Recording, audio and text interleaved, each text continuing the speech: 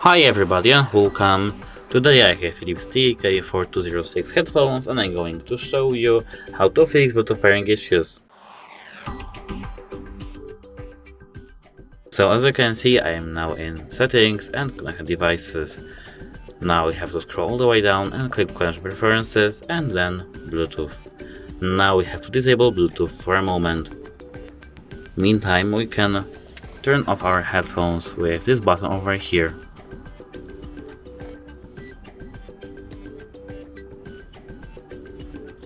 Now they are turned off, now we have to turn them back on.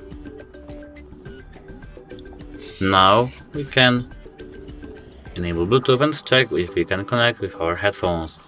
If we still can't connect with our headphones, we have to do a hard reset.